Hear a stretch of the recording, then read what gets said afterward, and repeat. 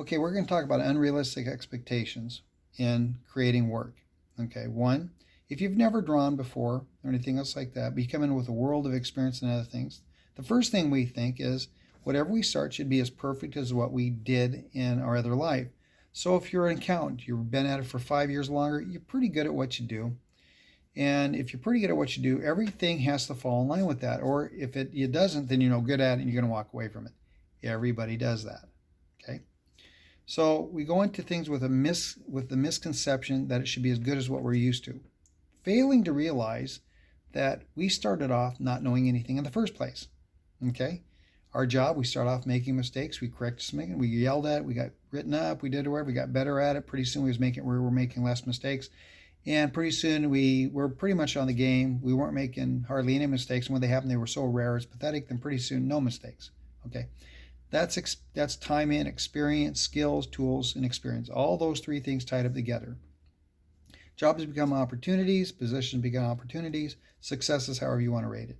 Okay. So we go into it with that idea. So if I got an accountant, he or she takes drawing, they expect it to be as perfect as their numbers. My question is, where does that come from? Where does the idea that you've never done something before come in that says you're going to be as perfect as your other stuff? First misconception and the biggest one. So don't have any expectations. Well, I don't know what I'm doing, but okay. Make it easy on yourself. Okay? So then the second thing you do is, if it doesn't turn out, even if you go through all this and you say, okay, I can trust what I see. One, we're not drawing it out, we're tracing it down.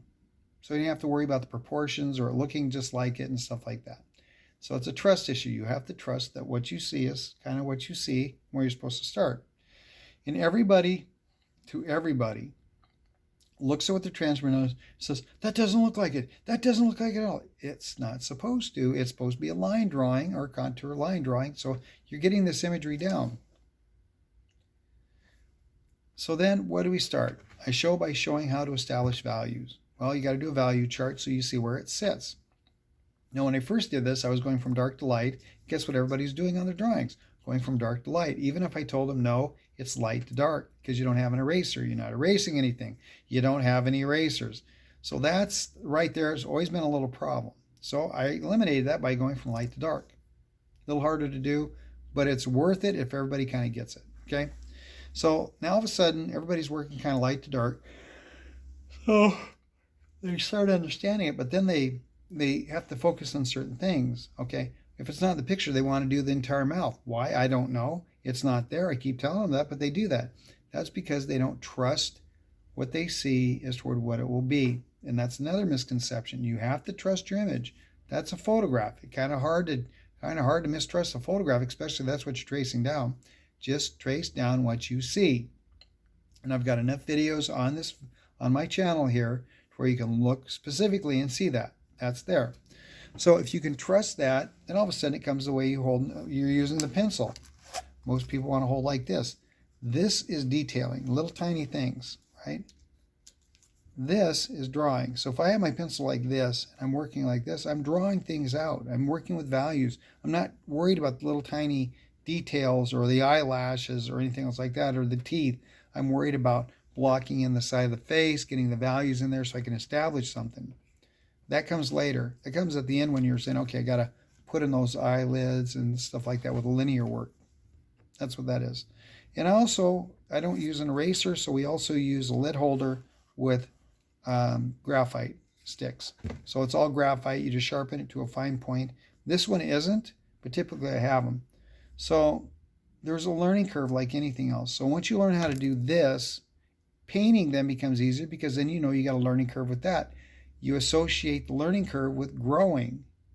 But everybody right now is so worried about it looking perfect, they can't get into the growing and learning part because it's got to look perfect. Well, if it's a family, the kid, everybody's on their last real thing, which means we're putting all these skills to use, and all this little bit of experience we got, and we put them together. We're doing a picture.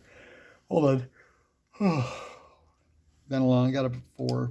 Anyway, we're putting it all together in a final portrait before we move on to drawing and painting together. So you have to put all these things together to do the person that you care about. Now, what's different about this one is somebody that you care about, that you know. Oh my God, I know their quirks. I know everything about them. I really love them, but this is not looking right. That's because you're trying to make it perfect. You treat these the same as the other ones, like you really don't care, and it makes the job easier. I.e., and you're also on a deadline for the first time. I want these done by Friday. No work on Friday, no grade. And that is the assignment. Okay. The assignment is based upon completion of the work, deadline, by end of class. Not by end of day, not by Monday, not by Tuesday, but by the end of class. This is no-fly zone. So it's a way of being prepared and getting that in your head that if we have to do things, we want to get them done. And this week we have 3 days to do them in. We have we have Monday and Wednesday and Friday, or we have Tuesday, Thursday, and Friday. So, 2 full days, 1 partial day. But that's the way she goes. And like I've told everybody is like, deadlines don't care about your feelings. They don't care about if it's right or wrong. Well, they care about if it's right or wrong. They want the job done and done well and done right. That's all they care about.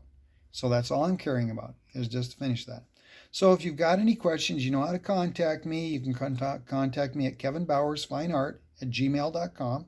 I think it's on my site. I haven't posted in there a while. And you can also call me at 208-699-9805, which is my studio number. And I'll be more than happy to talk to you. And if you're having any problems, we can work those out. Well, problems with art. Anything else is all on your own, not mine. That's not my realm of expertise. So anyway, this short talk's been there. Hopefully this has been inspirational, informational. Hopefully you get something out of this. And again, don't go into things with a misconstrued conception of what you think it should be. Be open, listen to the instructor, follow directions, and he or she will lead you somewhere. Where it is, I don't know. Okay? Even out.